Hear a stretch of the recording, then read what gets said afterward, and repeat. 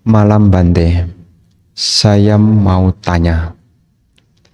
Seorang biku biasanya menjalankan aturan yang dijalankan dalam ajaran Buddhis dalam kehidupan sehari-hari.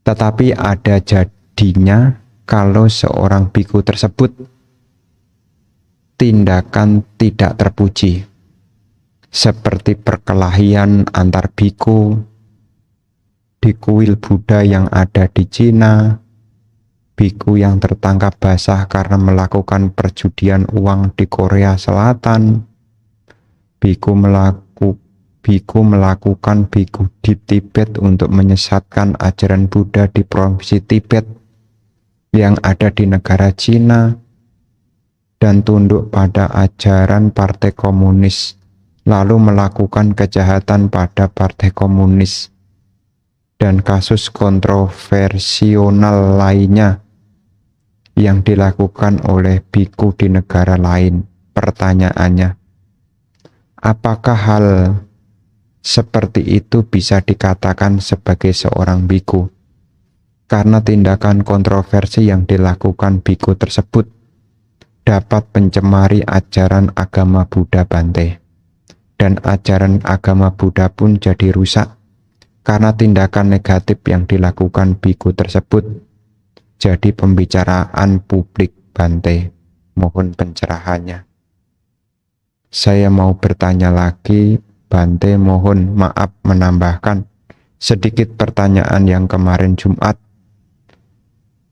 Bante, jika umat Buddha di seluruh dunia mengalami kemunduran, apa yang harus dilakukan umat Buddha yang berpegang teguh pada ajaran Buddha agar agama Buddha tidak mengalami penurunan populasi dan kemunduran yang terjadi pada seluruh dunia Bante? Terima kasih. Bapak dan Ibu, saudara-saudari sekalian, ya, berkenaan dengan apa yang telah disampaikan itu tentu itu juga telah diproses. Saya yakin karena itu tidak di Indonesia, saya juga tidak tahu bagaimana duduk permasalahannya.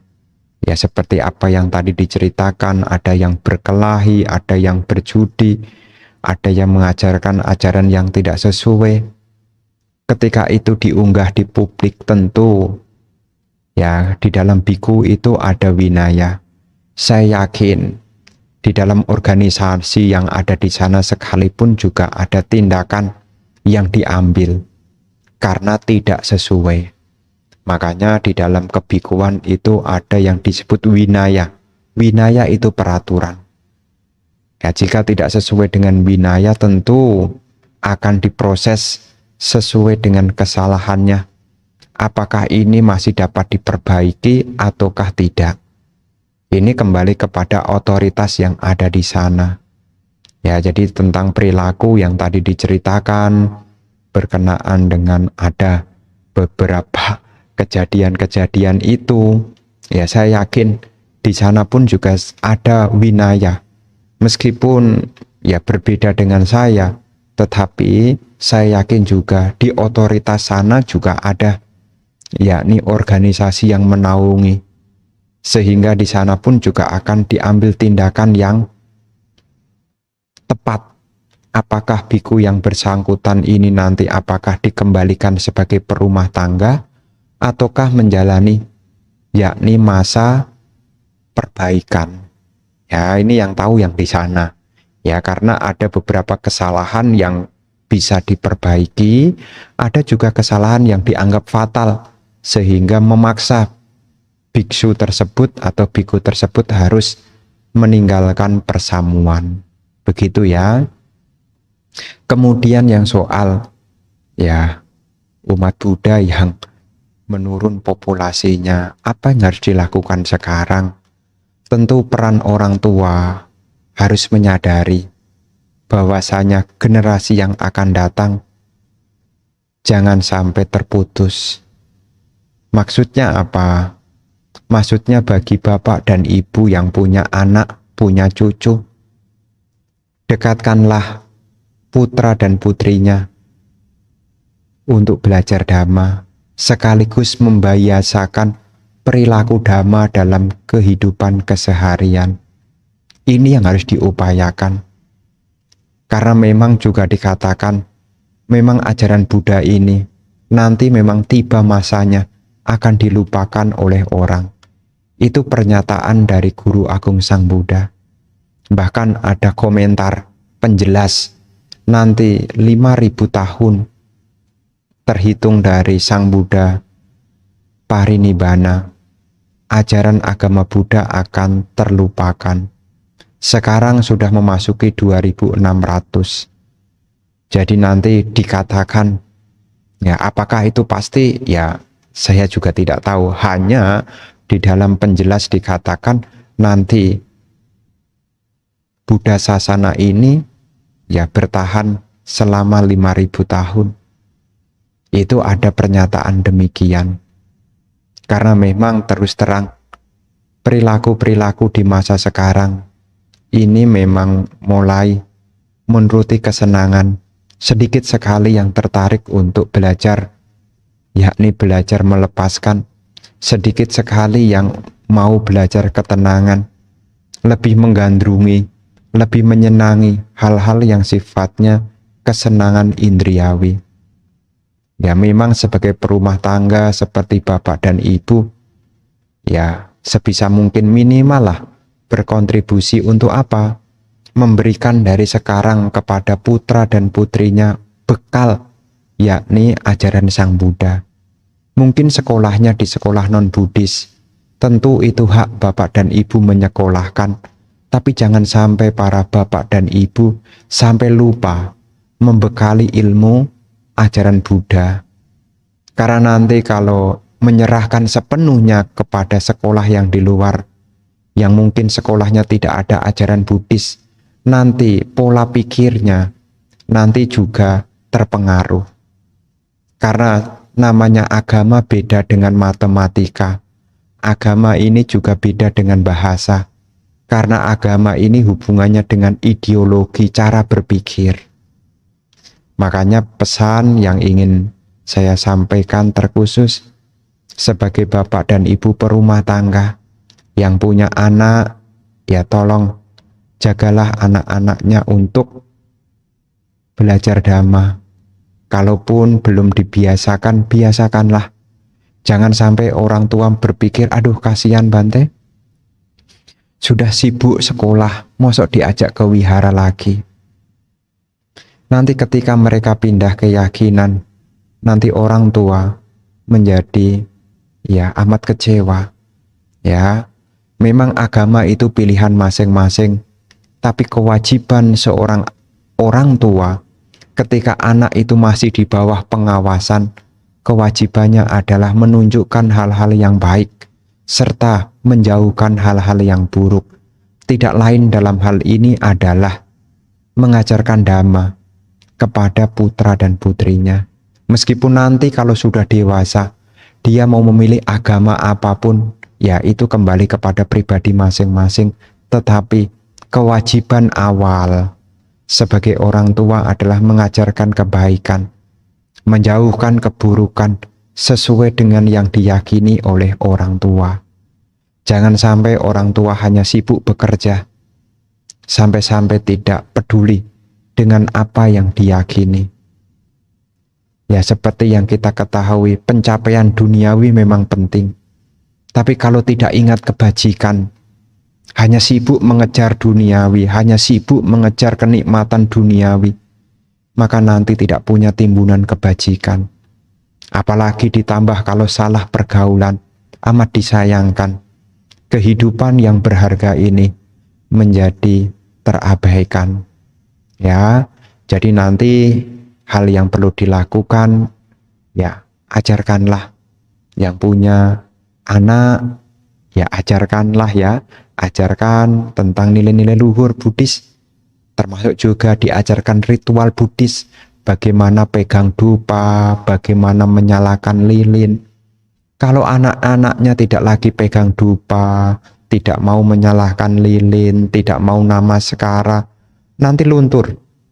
Jangankan ajaran inti, Yang ritual kalau tidak dilakukan, maka nanti luntur.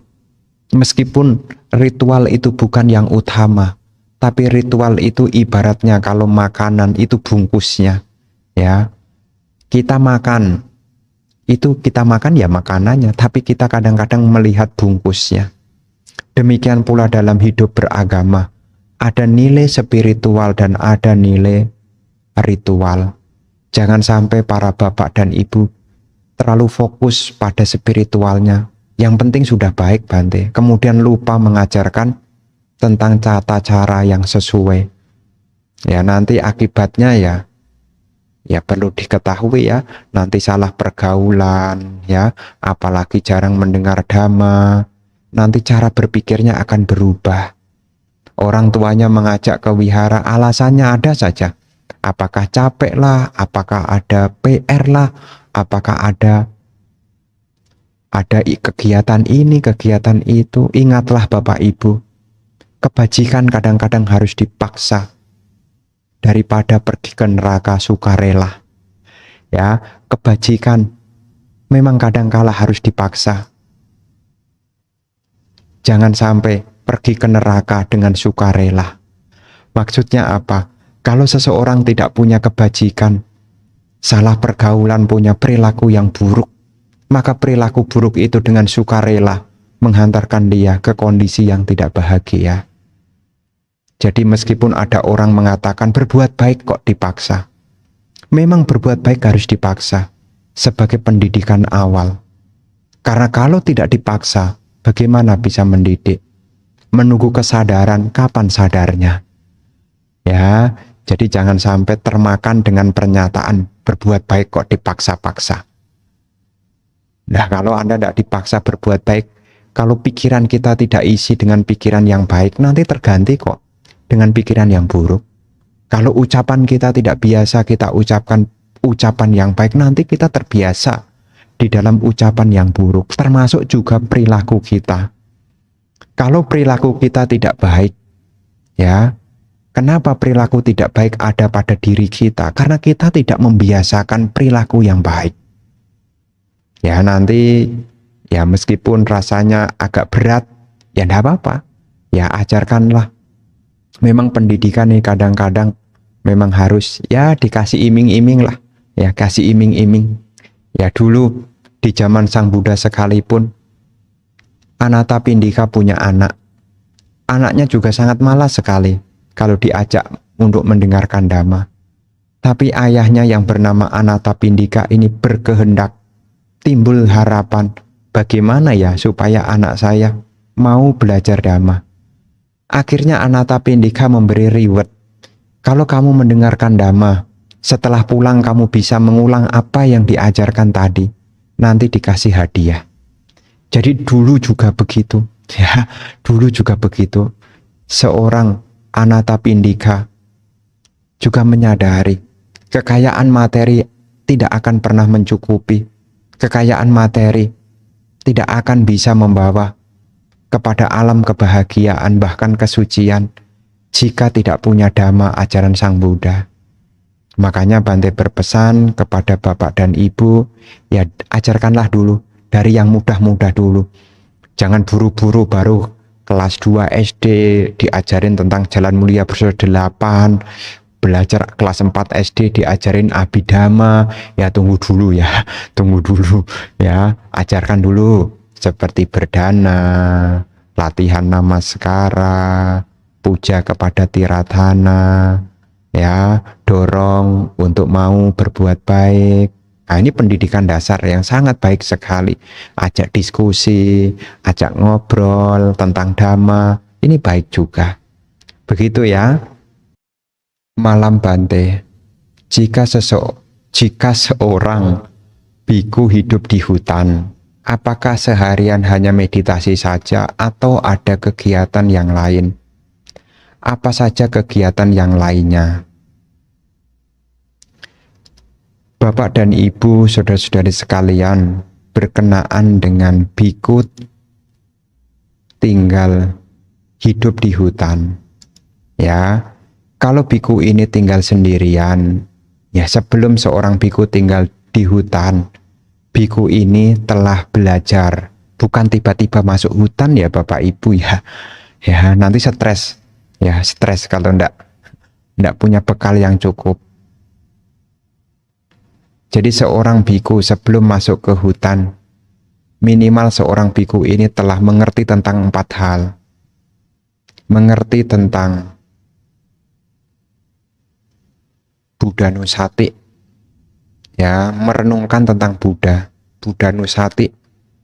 Kemudian Kaya Gata Sati, ya, Kaya Gata Sati.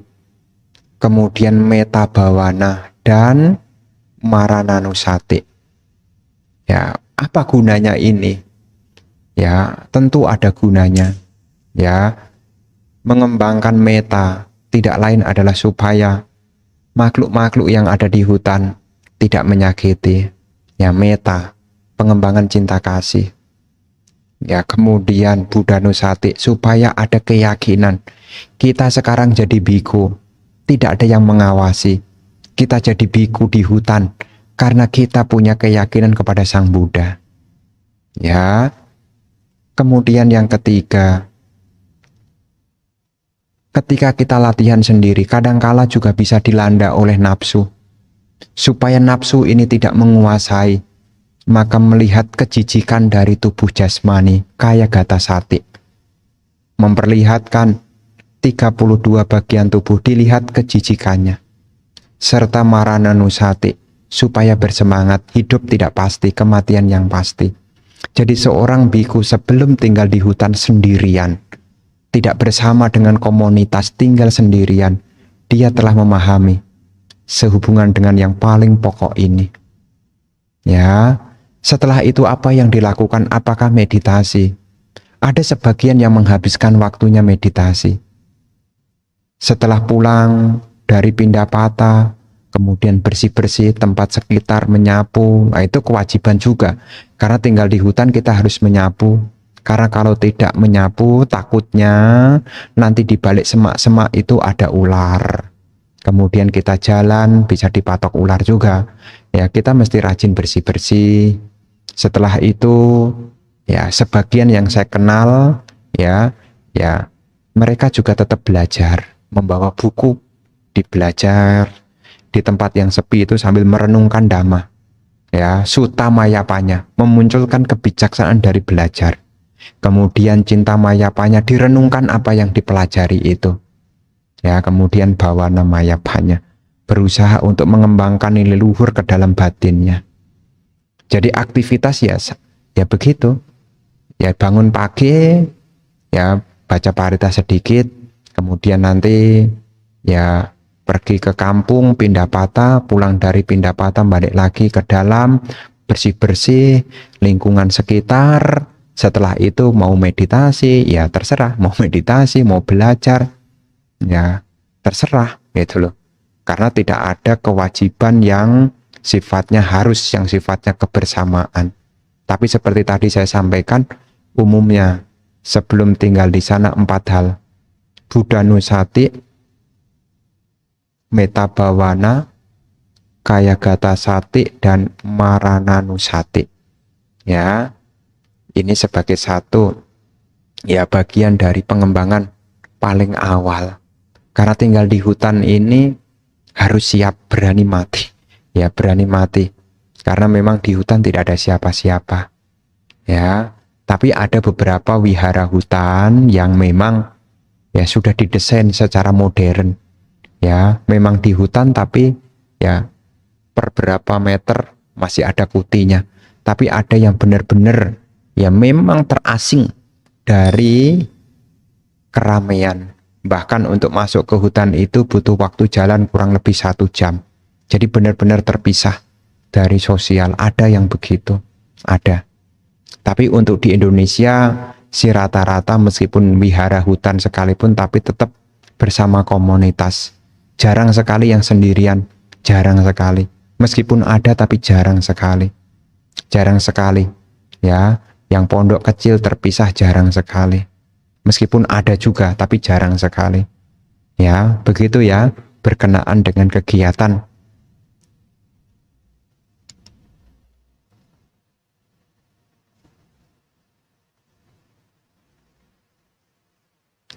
Izin bertanya Bante, apa persamaan agama Buddha dan iptek tentang alam semesta?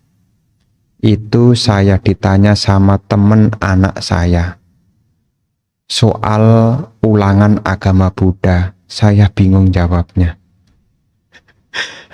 Wah, tanyanya ke saya. Ya, tanyanya ke saya. Ya, sehubungan dengan persamaan agama Buddha dengan iptek, ya, alam semesta. Kita harus tahu sehubungan dengan cara berpikir Buddhis. Buddhis ini mengajarkan yaitu korelasi sebab akibat. Segala sesuatu yang muncul ada sebabnya dan terbentuk dari berbagai faktor pembentuk, artinya perpaduan. Demikian pula yang ada di alam semesta ini. Segala sesuatu yang terbentuk juga berbagai faktor pembentuk, ya, sebab akibat. Ya, makanya di dalam sains ilmu semesta alam ya disebut dengan udara, oksigen, ya, O2.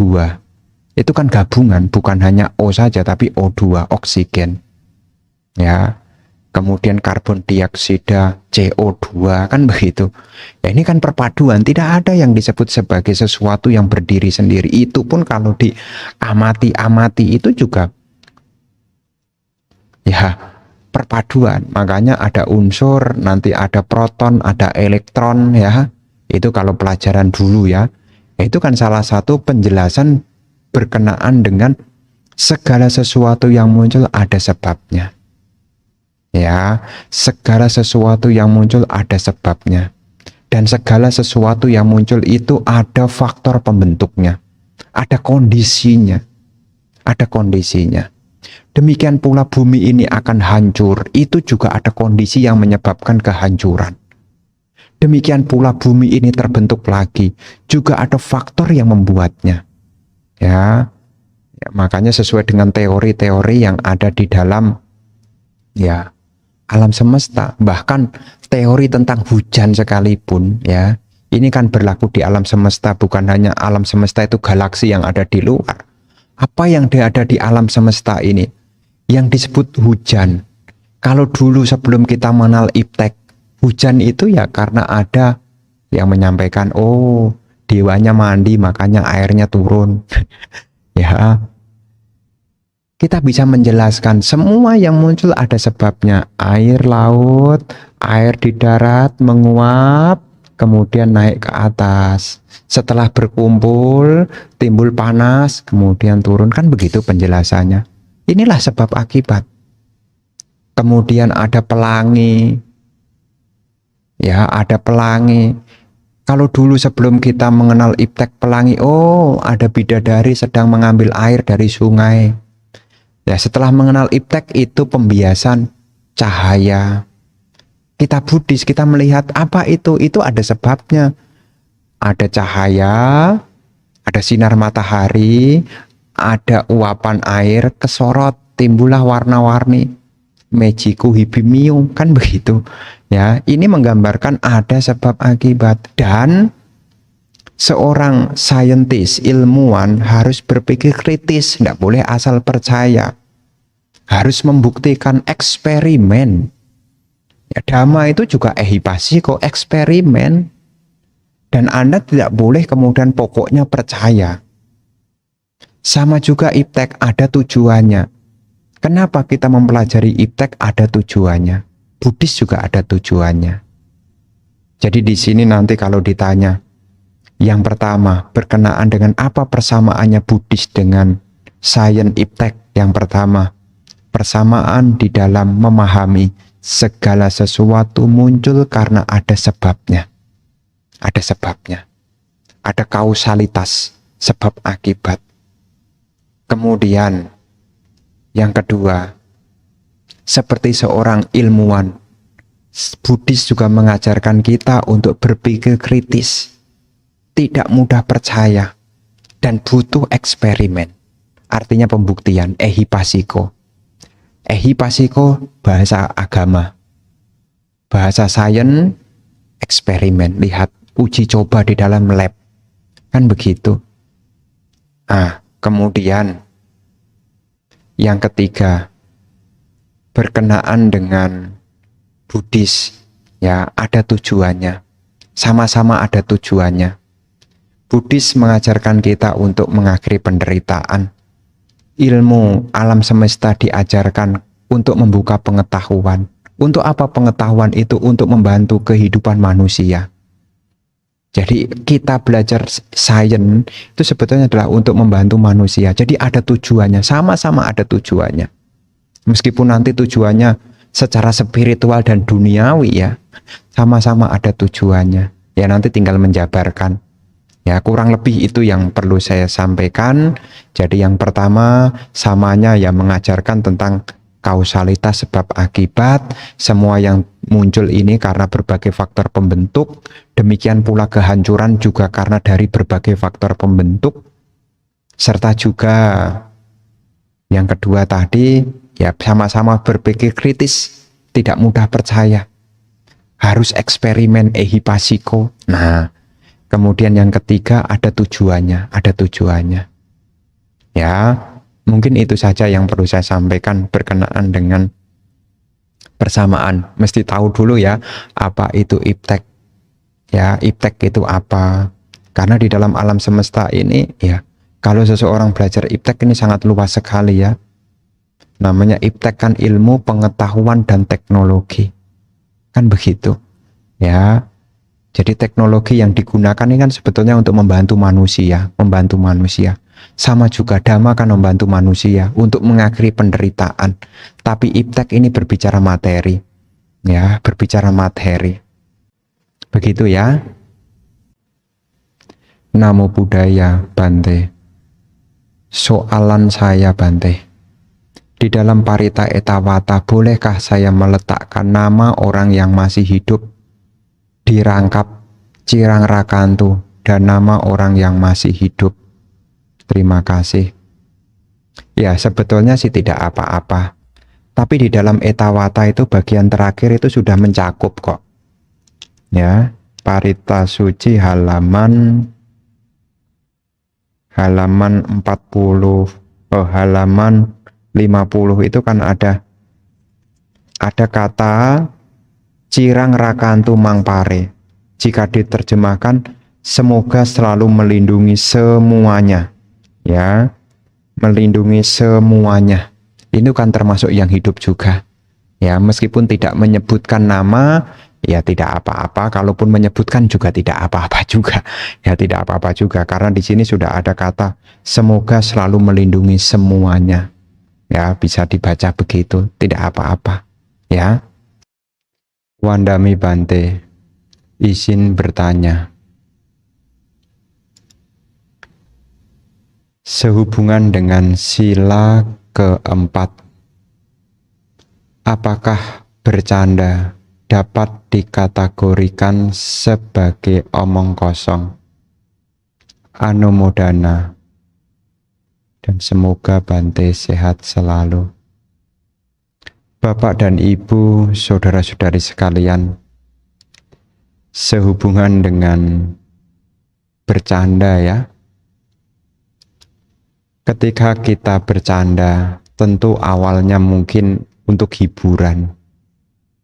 Tapi kadangkala ketika bercanda, ini sudah mulai agak panjang, jadinya mulai ada bumbu-bumbu. Kemudian disitulah mulai ada niat untuk mengkelabui. Jadi di sini perlu diingat bahwasanya orang berbohong itu disebut melanggar sila, yakni ada sesuatu yang tidak benar. Ini yang pertama. Ada sesuatu yang tidak benar. Kemudian yang kedua, ada niat untuk mengkelabui. Kemudian yang ketiga, ada usaha. Dan yang keempat, orang lain menjadi tertipu daya. Jadi sehubungan dengan pelanggaran sila keempat, ini ada 4 hal. Yang pertama, yakni ada sesuatu yang tidak benar. Ya, ini perlu diketahui, ada sesuatu yang tidak benar. Kemudian yang kedua, ada niat untuk berbohong. Kemudian yang ketiga, usaha. Usaha ini disampaikan lewat kata-kata. Dan akhirnya orang lain menjadi percaya dengan hal yang tidak benar itu. Maka ini disebut sebagai pelanggaran sila keempat. Ya, jadi di sini dapat dikategorikan sebagai pelanggaran sila keempat jika empat-empatnya ada sesuatu yang tidak benar. Misalnya, ya tadi tidak dari sana tapi menyampaikan di sana. Niatnya apa? Supaya dia ya percaya dengan saya, mungkin niatnya begitu ya. Tapi sesuatu yang disampaikan itu tidak benar. Kemudian dia menyampaikannya juga ada niatan seperti tadi. Kemudian dia menyampaikan dan akhirnya orang lain menjadi korbannya. Artinya ya percaya dengan apa yang disampaikan yang tidak benar itu tadi. Jadi nanti tinggal melihat empat-empatnya ini. Ya, apa yang disampaikan tadi memang benar atau tidak? Ya kalau di sini tidak benar ya Bante. Nah, ada niat enggak? Iya sih, saya sebetulnya pengen nyamain aja. Ya, ini kan sudah ada niat. Kemudian tersampaikan dan orang lain menjadi terperdaya. Ini disebut sebagai pelanggaran sila keempat. Nah kalau saya sudah bercanda, berbohong, tapi orangnya tidak percaya, tetap tidak percaya, bagaimana Bante? Pelanggaran silanya tidak sempurna, berarti tidak sampai disebut pelanggaran sila keempat, tetapi sudah ada pikiran tidak baik. Meskipun tidak disebut pelanggaran sila keempat karena mungkin orangnya mengetahui, kamu berbohong. Nah, misalnya begitu ya. Kamu berbohong itu. Nah, orang lain menjadi tidak terpengaruh. Ya, tidak disebut pelanggaran sila keempat, tetapi karena niatnya tadi sudah ada niat yang tidak baik, kategorinya masuk ke dalam akusala wajikama, perbuatan buruk lewat ucapan. Meskipun belum disebut sebagai pelanggaran sila jika keempat-empatnya ini tidak terpenuhi. Ya, jadi kalau keempat-empatnya ini tidak terpenuhi, tentu tidak disebut pelanggaran sila, tetapi sudah masuk karma nih. Kok misal karma Bante? Karena ada poin yang ketiga, poin kedua, yakni niat tadi loh. Ya sekali lagi ya, disebut pelanggaran sila keempat, ada sesuatu yang tidak benar. Kedua ada niat. Ini niat ini yang jadi karma ini. Ya yang kedua niat. Kemudian yang ketiga ada usaha. Dan yang keempat orang menjadi tertipu daya. Tadi saya katakan kalau seandainya yang poin keempat orang menjadi kamu bohong lah. Kemudian tidak percaya, artinya ya tidak disebut pelanggaran sila keempat, tetapi sudah masuk di dalam karma buruk. Karena sudah ada cetana yang diniatkan untuk membohongi orang. Ya, bisa niatnya disampaikan itu karena keserakahan ataukah karena kebutuhan batin juga bisa. Begitu ya penjelasan berkenaan dengan sila keempat. Ya, makanya ya kalau kita berbicara harus tahu apa manfaatnya. Ya, bercanda ya boleh, tapi lihat apa manfaatnya, Kadang-kadang kita juga perlu guyon, ya, perlu guyon, tapi juga harus dipertimbangkan supaya tidak berlebihan sehingga menimbulkan pelanggaran sila keempat. Begitu ya. Malam Bante, mau tanya, apa ciri-ciri orang yang bijaksana dan yang tak bijaksana yang ada di dalam Manggala Sutta? Dan apakah praktek-praktek di Manggala Sutta termasuk jalan menuju Nibbana. Tapi dari praktik paling dasar, karena khotbah di Manggala Sutta ujung-ujungnya ke Nibbana. Penjelasannya Bante. Namo Buddhaya. Bapak dan Ibu, saudara-saudari sekalian, berkenaan dengan Manggala Sutta, ya, ini ada kisah. Ya, jadi Anda bisa buka ya, bisa dibuka buku Parita Sucinya.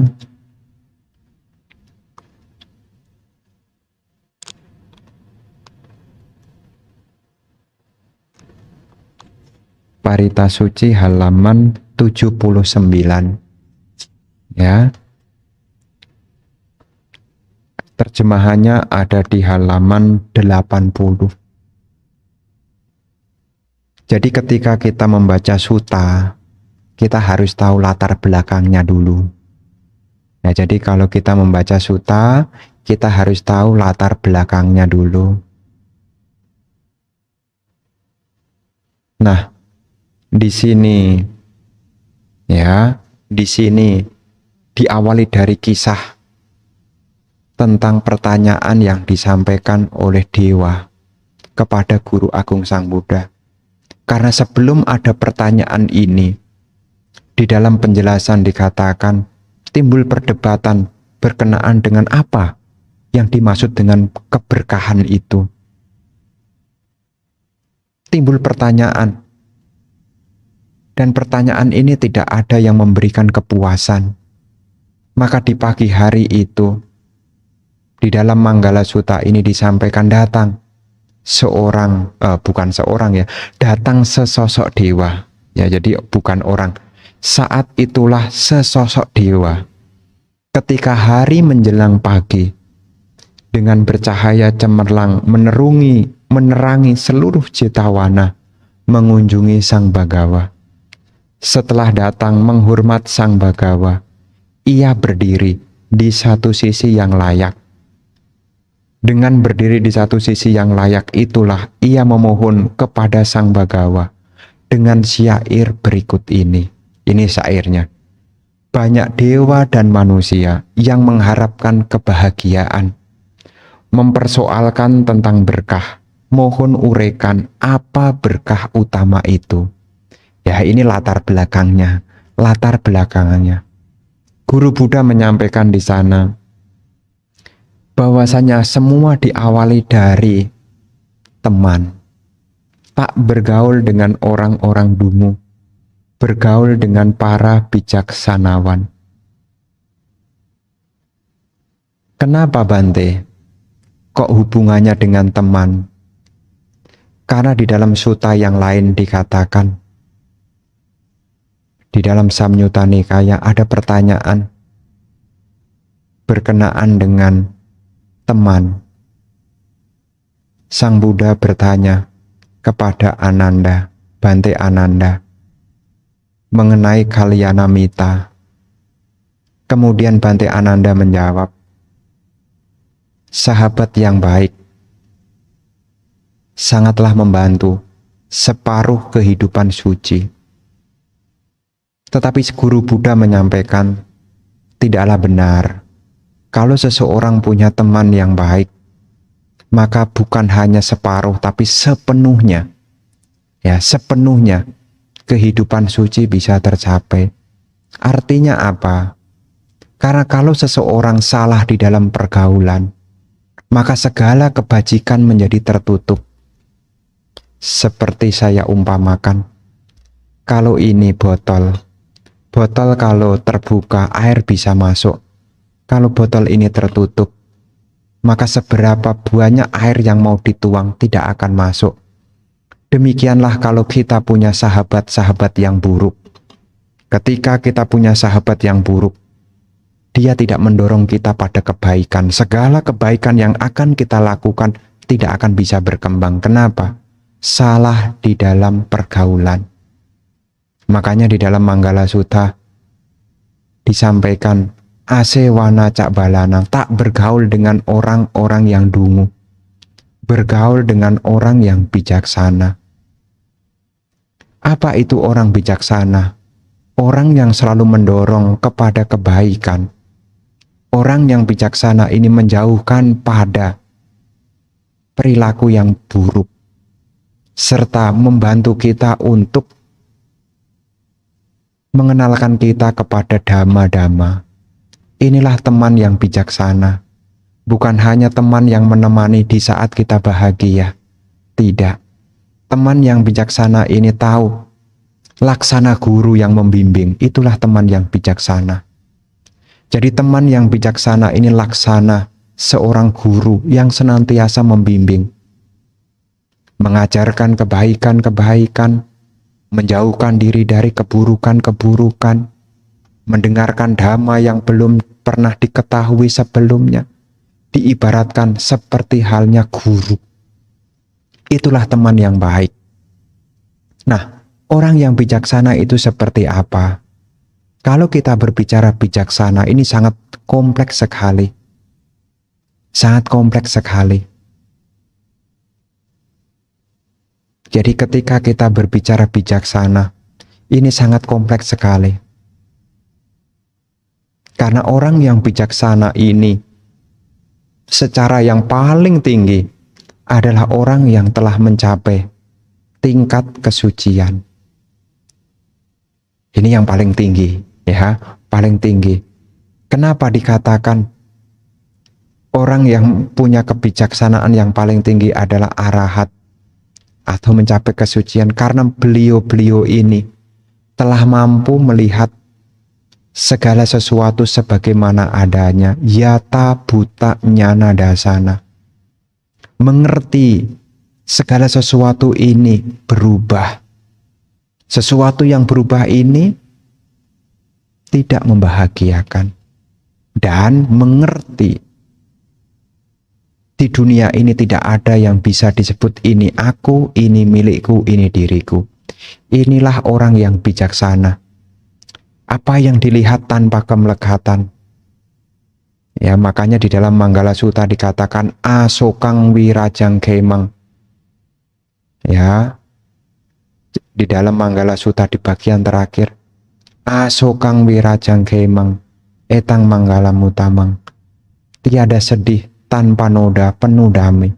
Itu adalah orang yang bijaksana. Ya, penggambaran dari seorang yang telah mencapai tingkat arahat. Tiada sedih tanpa noda, penuh damai. Kenapa tiada sedih tanpa noda, penuh damai? Karena beliau telah mampu melihat secara pengertian. Beliau telah menembus. Tidak ada yang perlu dilekati karena segalanya berubah. Tidak ada yang disebut ini aku, ini milikku, ini diriku. Maka apapun, ya beliau hanya melihat sebagaimana adanya. Tidak memegang, juga tidak menolak karena melihat sebagaimana adanya. Beliau mengerti. Ya, jadi di sini kalau kita berbicara tentang panya yang paling tinggi, karena kebijaksanaan itu adalah panya ya, yang sifatnya bukan samutik, ya bukan samutik tapi yang sudah paramata. Ini berbicara tentang yata buta nyana dasana. Ya seringkali di tempat yang lain juga disebut mengetahui timbul dan tenggelamnya pancakanda. Ya ini juga menjelaskan sehubungan dengan ya perubahan, ketidakkekalan. Segala sesuatu yang tidak kekal tidak bisa disebut sebagai ini milikku, ini aku, ini diriku. Maka kalau ditanya apa ciri orang yang bijaksana? Yang paling tinggi kebijaksanaan itu adalah mampu melihat segala sesuatu sebagaimana adanya. Artinya tanpa kemelekatan. Nah, kita-kita ini belajar dari awal, mengenali ini penderitaan, ini sebab penderitaan, ini lenyapnya penderitaan, ini jalan menuju lenyapnya penderitaan. Setelah kita memahami ini, menembus ini, kita mengerti. Setelah sampai tataran yang paling tinggi, kita memahami bahwasanya tidak ada yang bisa kita lekati karena segalanya berubah. sudah sampai tataran di sana, itulah orang yang bijaksana. Sehingga tidak akan lagi terkondisi dimanapun, tidak akan terlahir kembali. Karena mereka, beliau-beliau ini, telah sampai tataran melihat sebagaimana adanya. Jadi Bapak dan Ibu, saudara-saudara sekalian, jadi dari kisah Manggala Sutta ini, dimulai dari yang sederhana, dari jangan salah bergaul, bergaullah dengan teman-teman yang bijaksana. Kemudian menaik levelnya, meningkat, bahkan sampai menembus 4 kebenaran Arya, mencapai Nibbana. Dan endingnya berbicara tentang kondisi batin seorang yang bijaksana. Asokang wirajang kemang etang manggala mutamang. Keberkahan yang paling tinggi yaitu kondisi batin tanpa kesedihan, penuh damai, tanpa noda. Asokang wirajang kemang etang manggala mutamang. Jadi Bapak dan Ibu, saudara-saudara sekalian, itulah ciri. Makanya kita ini masih belum bijaksana. Kenapa saya katakan kita belum bijaksana? Kita sering mendengar segala sesuatu ini tidak kekal, tapi kita berusaha untuk ini kekal. Segala sesuatu ini bukan milikku, tapi kita karena belum bijaksana, kita masih kekeh ini milikku. Dan ini tidak bisa dipaksakan. Ini adalah butuh proses perkembangan batin. Ya, jadi ini butuh proses perkembangan batin. Mungkin saat Anda membaca, Anda mengerti. Tapi ketika mengalami, belum tentu. Kita bisa menasehatkan kepada orang, oh segalanya berubah. Tapi apakah di bagian diri kita kalau kita berubah, apakah kita bisa menerima dengan mudah? Inilah penggambaran. Ternyata, panya yang saya miliki ini masih sekedar sutta maya panya. Kebijaksanaan yang sifatnya dari belajar, sutta mayapanya, belum sampai kepada bawana mayapanya. Ya, kita semua mengerti, umat Buddha mengerti semuanya. Segalanya tidak kekal, segalanya berubah. Tapi apakah ketika bagian dari kita berubah, seperti mungkin saudara kita, anak kita, suami kita, istri kita, mengalami perubahan yang tidak menyenangkan, apakah kita tetap tenang dengan mengatakan oh anicca? Apakah bisa demikian? Inilah kita harus menyadari, saya pun juga masih belum bijaksana. Saya harus menyadari, saya pun juga masih bodoh. Ya, saya pun juga masih bodoh, masih diliputi oleh ketidaktahuan. Makanya sebisa mungkin saya pun juga belajar. Jadi saya pun juga masih bodoh. Makin kesini, makin jelas kebodohan batin saya. Makanya ya saya bersyukur ya. Saya bersyukur selama masa wasa ini, ya seperti hari ini tadi, ya dari jam 2 sampai jam 5, ya tadi ada kelas. Ya, selama masa wasa seperti yang pernah saya sampaikan, hari Senin, hari Rabu, hari Kamis, ya Senin, Rabu, Kamis ada kelas dari jam 2 siang sampai jam 5 sore. Ya, jadi yang mengajar gantian. Ya, kalau bukan Bante Dhammadhiro ya Bante Santacito. Nah, nanti kita kumpul di situ, ya kita diskusi. Ya, dari jam 2 sampai jam 5. Ya, jadi saya pun makin kesini saya juga mulai menyadari akan kebutuhan batin saya. Ya, saya pun juga menyadari. Ya, makin kesini, makin kelihatan bodohnya. Ya, makin kesini, makin kelihatan bodohnya. Ya, dari belajar. Makanya Bapak dan Ibu tidak perlu berkecil hati. Terus semangat, ya, terus berlatih. Kalau ada hal-hal yang kurang berkenan bertanya, tidak apa-apa. Karena kita memang belajar dhamma, ya bukan untuk menjadi kelihatan lebih pandai, tentu tidak. Ya, ketika kita belajar dhamma itu supaya kita semakin melihat ke dalam batin kita. Kalau kita semakin tahu diri kita makin bodoh, maka kita termotivasi untuk makin belajar. Tapi kalau kita merasa lebih pandai, lebih pintar, ibarat gelas tertutup, ya saya pun harus menyadari, makin ke sini, saya pun juga semakin menyadari kebutuhan batin saya. Ya, jadi Bapak dan Ibu, ya saya tidak ada niat untuk menggurui siapapun. Jadi kita belajar dhamma bukan untuk memenangkan perdebatan, tapi kita belajar dhamma ini supaya kita nanti jadi orang bijaksana, bisa melihat sebagaimana adanya. Asokang wirajang kemang, tiada sedih, penuh damai, ya tanpa noda, ya tiada sedih tanpa noda dan penuh damai. Itulah tujuan yang paling kita harapkan. Ketika kita mampu sampai sana, aho suko, aduh bahagianya. Ya, begitu ya penjelasannya tentang Manggala Sutta. Jadi nanti kalau kita membaca sutta, nanti baca latar belakangnya. Ya, kemudian diambil nilai positifnya apa ya? Setelah membaca ini, ya bukan hanya Manggala Sutta saja, tapi juga sutta-sutta yang lain. Setelah membaca kira-kira manfaatnya apa ya? Gitu. Ya, jangan sampai berlalu. Nah, setelah dibaca kalau ada poin penting dicatat. Begitu. Supaya nanti tahu apa ya manfaat untuk perkembangan batin. Supaya membawa kita kepada yata bhuta nyanadasana. Bisa melihat, ya bisa melihat segalanya berubah. Ketidakkekalan. Bisa melihat dengan jelas. Tidak ada yang disebut sebagai ini aku, ini milikku, ini diriku. Bukan sekedar pada sutta mayapanya, bukan sekedar pada cinta mayapanya, tapi benar-benar sampai bawana mayapanya.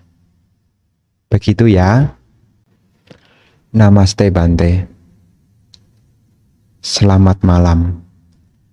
Bante, waktu Patidana saya menuliskan nama almarhum opa, oma, tante dan bersembayang pakai dupa di altarnya. Almarhum bukan Buddhis. Apa boleh disembayangi seperti itu, Bante? Takutnya jadi tidak sopan. Bagaimana baiknya? Terima kasih.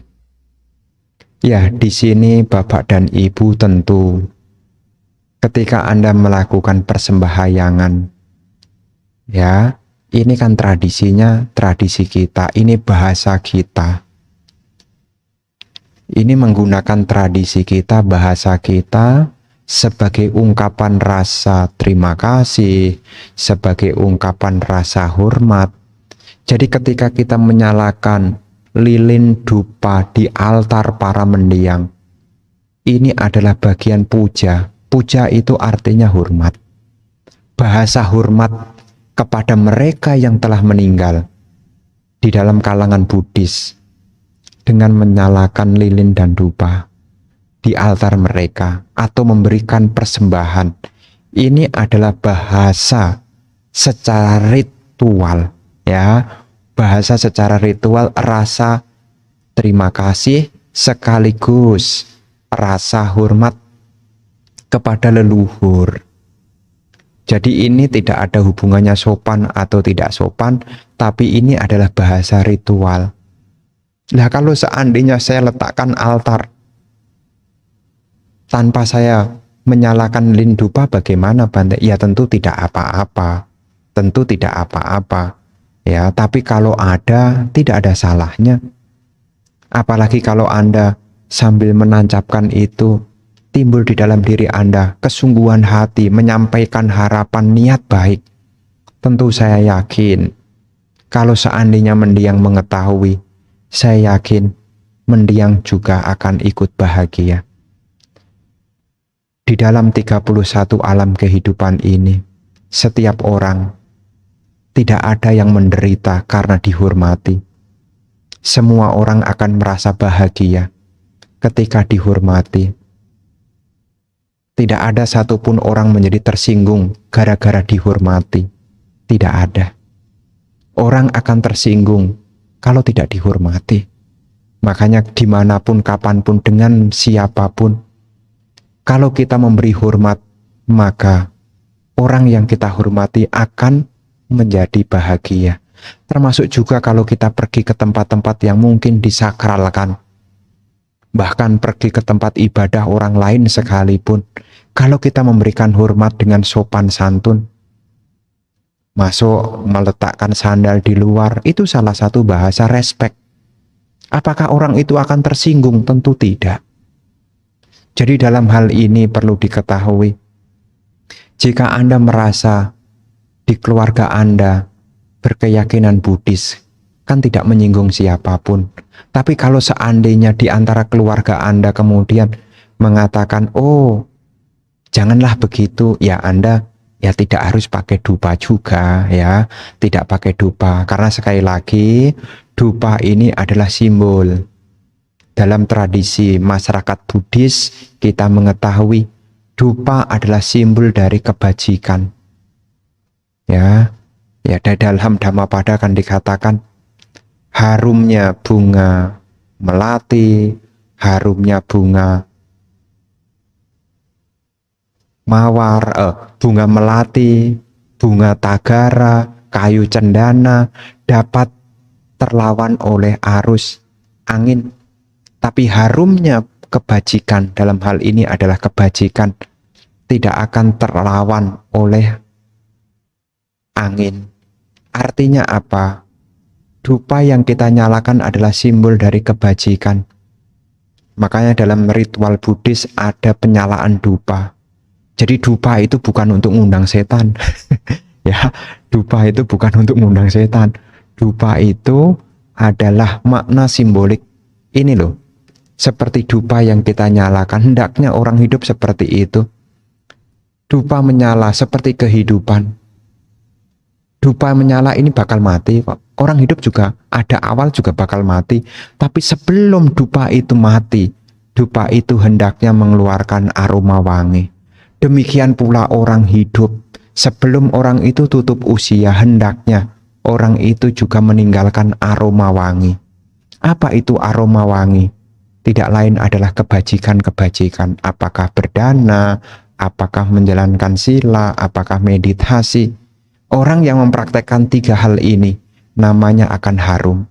Meskipun namanya bukan ibu harum ya, namanya akan terkenang, ya akan terkenang karena kebajikannya. Jadi Anda respect menggunakan hiyo karena kita mengenang kebajikan yang semasih hidup dulu mendiang pernah berikan. Jadi kalau menurut saya pribadi, ya selama tradisi Anda masih kekeh kuat di sana, tidak ada salahnya. Ya, menghormat yang patut dihormat, tidak akan ada yang tersinggung. Ini bahasa ritual Buddhis. Ya sama juga. Ya kalau kita sembahyang ke Sang Buddha, hormat ke Buddha, ya di beberapa tempat kita nyalakan dupa. Nah, kemudian kita namaskara Anjali atau namaskara. Nah, ini adalah bahasa hormat begitu, ya. Jadi sehubungan dengan pertanyaan ini tentu tidak masalah karena ini adalah bahasa keyakinan kita, caranya begitu, ya.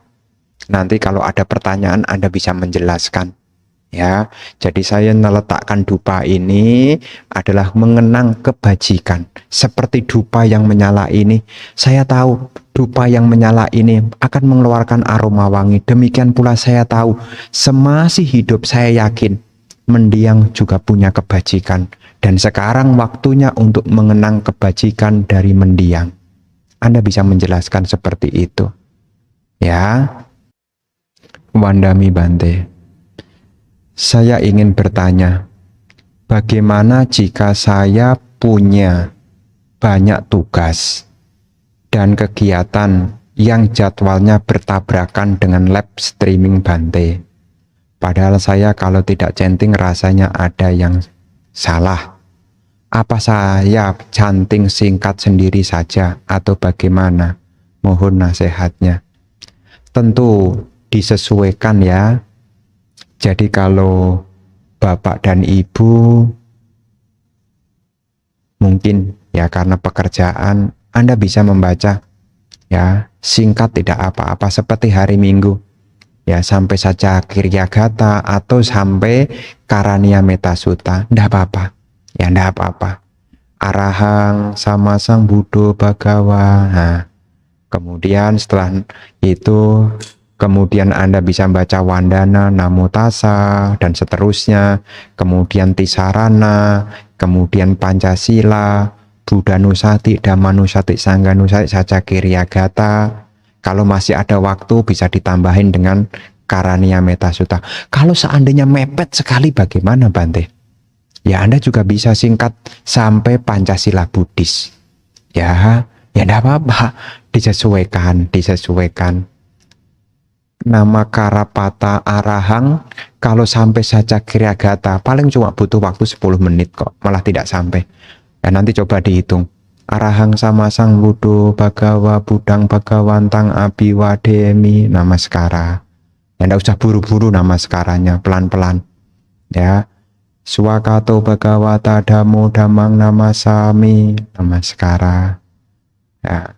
Supati Pano Bhagavato Sawaka Sanggo Sanggang Namami Namaskara, pelan-pelan.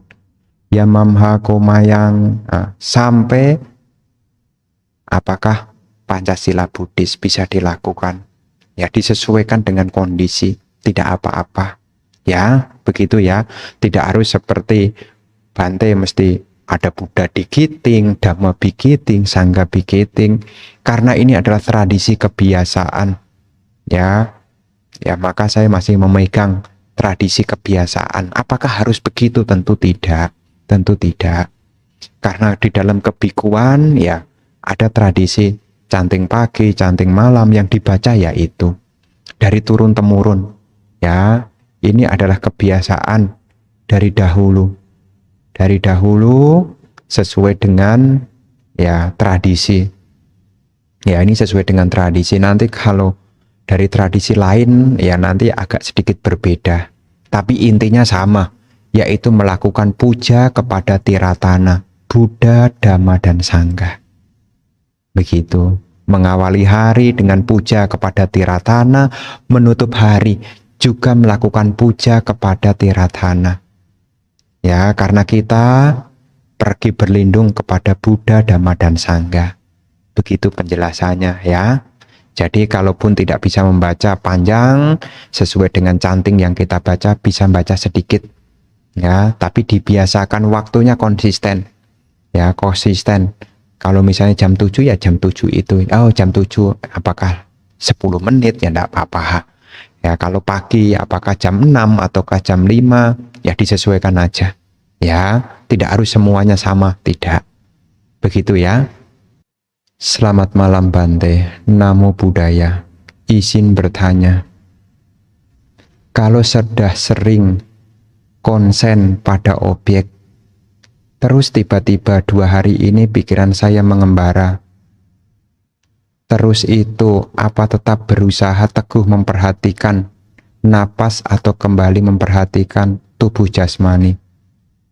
Ada tidak pengaruhnya terlalu berusaha keras mencari untuk mengembangkan anicca? Mohon bimbingannya. Terima kasih. Berkenaan dengan meditasi, ya, berkenaan dengan meditasi. Ketika ditanya, pikiran kadang konsen, kadang tidak konsentrasi. Berarti perlu diketahui apa yang menyebabkan Anda menjadi tidak konsentrasi. Umumnya seseorang tidak konsentrasi karena serangan yang pertama, yakni kamacanda. Kamacanda ini adalah perintang batin yang sangat kuat sekali. Dikatakan di dalam kata-kata komentar, niwarana yang pertama kanya canda ini seperti hutang.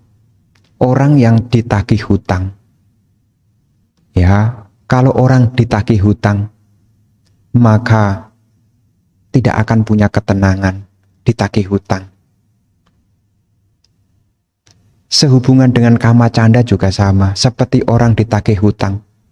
Diingatkan ini, diingatkan itu, diingatkan ini, diingatkan itu. Lantas bagaimana cara untuk mengatasi pikiran yang mengembara ke sana kemari? Dikatakan, dijelaskan, kama canda ini dapat diatasi dengan samadhi atau ekagata. Ekagata ini adalah menyatu dengan objek. Maka sebisa mungkin apapun yang bukan objek diabaikan.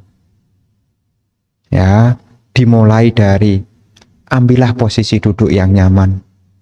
Ketika duduk meditasi, kira-kira duduk yang nyaman Anda seperti apa? Tegakkan tulang punggung Anda, kemudian pejamkan mata Anda. Nanti telinga ini ditagih apalah, nanti ada tagihan ini, diingatkan itu, ya seperti penagih itulah. Ya, nagih ini, nagih ini, nagih ini. Jadi orangnya duduk nanti diingatkan ini, diingatkan itu, seperti datang seorang penagih. Ya, ya, kita bisa gambarkan bagaimana kalau orang punya hutang, apakah dia bisa tenang? Bisa digambarkan. Apalagi tidak mampu membayarnya, maka akan terus dikejar, terus dikejar, terus dikejar.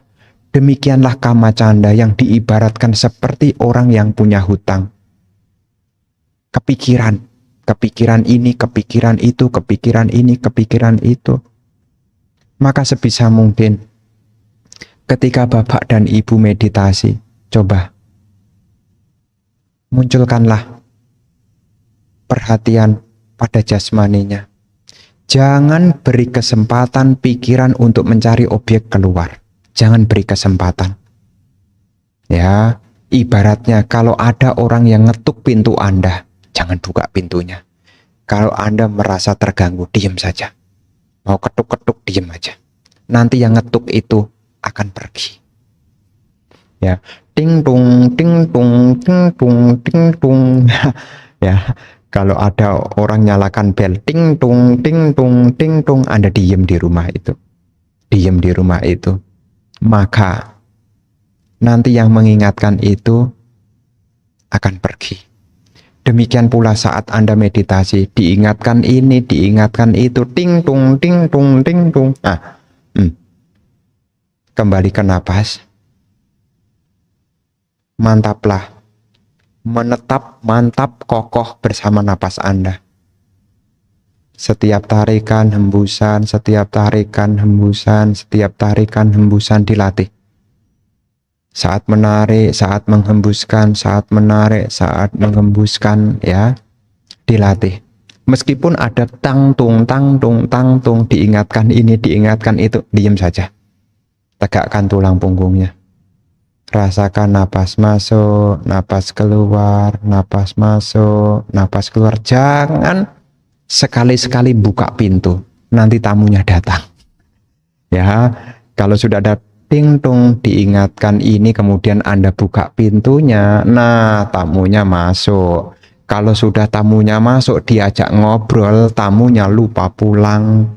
Ya, apalagi tamunya dikasih suguhan, ya awet, ya betah. Ya, jadi nanti sebisa mungkin tahan. Ya, tahan. Ya, ya. Makanya di dalam penjelasan, ya, hendaklah carilah tempat yang kosong, tempat yang sunyi, tinggalkan hal-hal yang tidak baik, hal-hal yang menimbulkan kesenangan ditinggalkan. Ya, berusaha hanya memperhatikan bersama dengan ketenangan batin setiap tarikan hembusan napas Anda. Tarikan hembusan napas Anda. Dirasakan kealamiaan napas Anda. Meskipun ada yang ngebel, ting dong, ding dong. Ya, ngebel ini diibaratkan seperti Anda diingatkan inilah, diingatkan itulah. Ini belum terkerjakan, itu belum terkerjakan. Itu seperti saya umpamakan tadi loh. Ada orang ngebelin aja, tang tung, tang tung, tang tung. Ya, karena itu akan muncul kok, akan muncul, akan muncul. Makanya sebisa mungkin Anda jangan lengah. Anda jangan lengah. Makanya sebelum Anda meditasi, ambil posisi yang kira-kira Anda bisa duduk tahan lama seperti apa. Ya, kira-kira posisi yang nyaman Anda bisa tahan lama seperti apa. Kalau memang Anda butuh bantal untuk membantu postur duduk Anda, pakailah. Kalau enggak punya bantal, pakai apa Bante? Pakai selimut. Selimut bisa dilipat untuk ganjel. Ya, apakah untuk membantu supaya apa namanya ini dengkul ya, supaya dengkulnya tidak gantung, bisa dikasih tatakan kanan kiri supaya enak duduknya dengan tegak. Ya, ini bisa Anda lakukan. Setelah itu pejamkan matanya, rilekskan tubuhnya. Ketika sudah mulai mengarahkan perhatian pada napas masuk, napas keluar, napas masuk, napas keluar, hal-hal yang sehubungan dengan pemikiran-pemikiran yang di luar, meskipun dia seringkali mengebel, mengingatkan, Anda tetap kekeh, kokoh, mantap, jangan ragu-ragu, mantap. Kalau Anda sudah memilih anapanasati, mantaplah di sana. Jangan coba-coba untuk pindah. Ya, makanya meditasi ini butuh kemantapan batin. Kalau saat sesi itu Anda memang niatkan untuk anapanasati, jangan dicampur dengan yang lain dulu.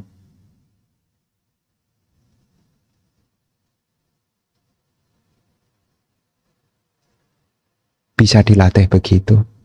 Ya, karena memang nanti ketika Bapak dan Ibu sudah punya ketenangan bersama dengan kebijaksanaan, nanti Bapak dan Ibu akan berkembang secara batinnya, berkembang melihat perubahan demi perubahan. Setiap tarikan, hembusan, yang ada hanyalah perubahan, tidak ada yang kekal. Tapi sebelum sampai di sana, Anda berusaha mendisiplinkan diri. Diingatkan ini dan itu, diketuk-ketuk, diam aja. Ya, nanti ini adalah perumpamaan. Kadang-kadang ketika kita meditasi ini kama canda yang paling awal biasanya. Ya, biasanya kama canda itu yang selalu menagih. Ya, mengingatkan. Kita digoda keinginan-keinginan yang sifatnya pintu indriawi. Begitu ya. Jadi nanti dari penjelasan ini saya yakin Anda mengerti, ya saya yakin ya. Mungkin apa yang saya sampaikan sudah jelas ya. Jadi nanti Anda berusaha untuk tahan, meskipun diingatkan ini itu, nah berusaha untuk mawas diri, tahan kembali. Apakah napas masuk, napas keluar, kembali di situ. Tahan. Tahan artinya ya bertahan dengan objeknya. Dilatih. Ya dilatih begitu dulu ya.